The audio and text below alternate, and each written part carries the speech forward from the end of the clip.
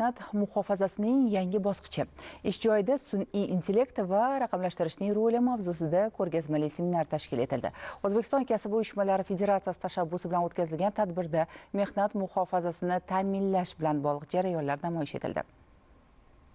Butunjahon mehnatni muhofaza qilish kuni munosabati bilan tashkil qilingan mazkur tadbirda O'zbekiston Kasb uyushmalari Federatsiyasi mas'ullari, korxona tashkilotlaridagi boshlang'ich kasb uyushmalari tashkilotlari raislari, mehnat muhofazasi bo'yicha vakillar ishtirok etib, ish jarayonida mehnat muhofazasini ta'minlashda yangi va zamonaviy yondashuvlarni amaliyotga tatbiq etish, bu borada raqamlashtirishni yanada kengaytirish masalalari yuzasidan taqdimotlar o'tkazildi. Sohaviy korxonalar tomonidan ish jarayonlarida mehnat muhofazasini ta'minlash bilan bog'liq amalga oshirilayotgan jarayonlar namoyish etildi.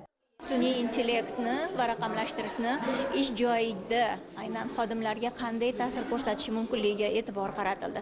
Chunki hozir ko'ryapmiz, ish o'rinlarining avtomatlashgani yoki egzoskeletlar yoki robotlashtirish, umuman olganda mana shu jarayonlarni qaysi jihati bilan xodimlarga yaxshi bo'ladi yoki qaysi jihatlari xavf-xatarni tug'diradi.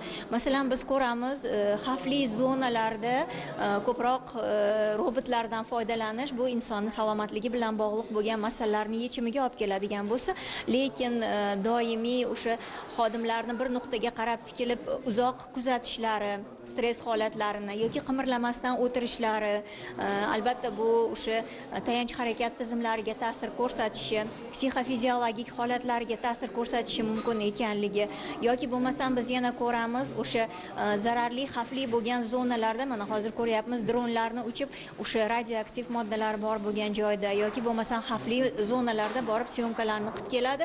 Bu albatta xodimlarni, demak, kasallanishini oldini oladi. Xodimlarga qulay sharoitlarni yaratish maqsadida mehnat muhofazasini bugun yangi bosqichga ko'tarilayotgani va bunda butun dunyo davlatlarining tahlillaridan foydalanib ish o'rinlarini yaratishda ish beruvchilar e'tiborini tortdik.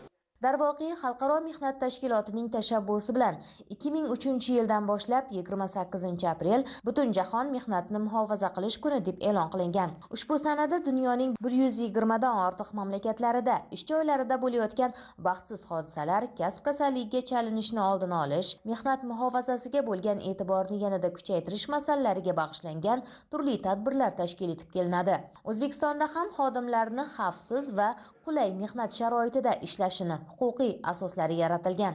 Bu bosh qomusimizda ham alohida kafolatlangan. Anjumanda so'z olganlar mehnat muhofazasining yangi bosqichida ish joylarida sun'iy intellekt hamda raqamlashtirishning roli, korxona va tashkilotlarda mehnatni muhofaza qilishni raqamlashtirishda IT mutaxassislarining o'rni mavzularida ma'ruzalar qilishdi. Mehnat muhofazasi va raqamlashtirish bosqichiga o'tish to'g'risida ma'ruzalar eshitildi. Maqsadimiz ish sifatini oshirish va xodimlarni mehnat muhofazasi samaradorligini oshirishga qaratilgan.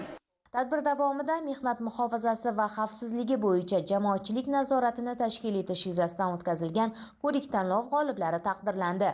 Eng yaxshi tashkilot, eng yaxshi kasb uyushma qo'mitasi, mehnat muhofazasi bo'yicha vakil, mehnat muhofazasi bo'yicha yosh mutaxassis nominatsiyalari bo'yicha g'oliblikni qo'lga kiritgan korxona, tashkilot, muassasa, kasb uyushmalari qo'mitalari, mehnat muhofazasi vakillari hamda yosh mutaxassislariga tashkilotchilarning esdalik sovg'alari topshirildi.